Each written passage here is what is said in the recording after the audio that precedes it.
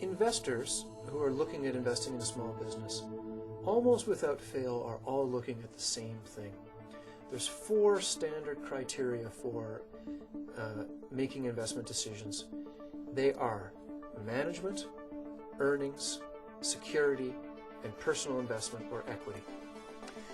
Sometimes you'll hear the 4 C's of capital used to define the same things. Let's see if I can get it right. The first one is character. The next one is cash flow for earnings. So management is character, cash flow is earnings. Collateral is security, and capital is equity. There we go. So there's the 4 C's of lending. So you'll see different terms all the time, but those are the 4 things that most folks are looking at. Let's start by talking about the first one, management. You need to be able to convince a person that's going to invest in your business that you have all the skills and all the drive and all the tools and all the education and whatever else, the experience that you need to be able to succeed in this business. That needs to be front and center of any proposal to someone who's is considering putting money into your business. When you work with lenders, one of the main indicators that they'll use of assessing your character, of assessing your ability to manage things, particularly manage money, is your credit record. So it's really important before you go looking to a lender for some money that you contact a credit bureau. If you're pretty much anywhere in Canada, Equifax, EQUIFAX.ca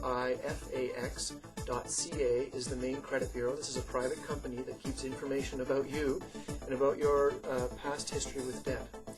The strongest indicator that lenders have for whether you'll pay them back is your track record of paying other people back in the past.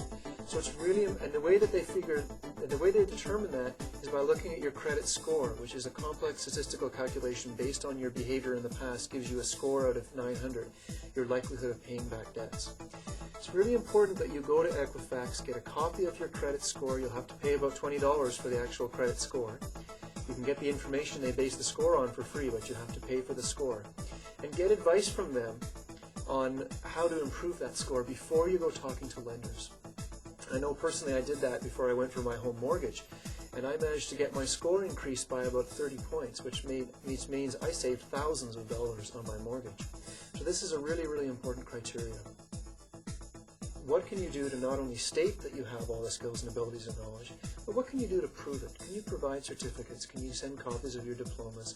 Can you get reference letters from past employers that say you're the best salesman they ever had? These kinds of things.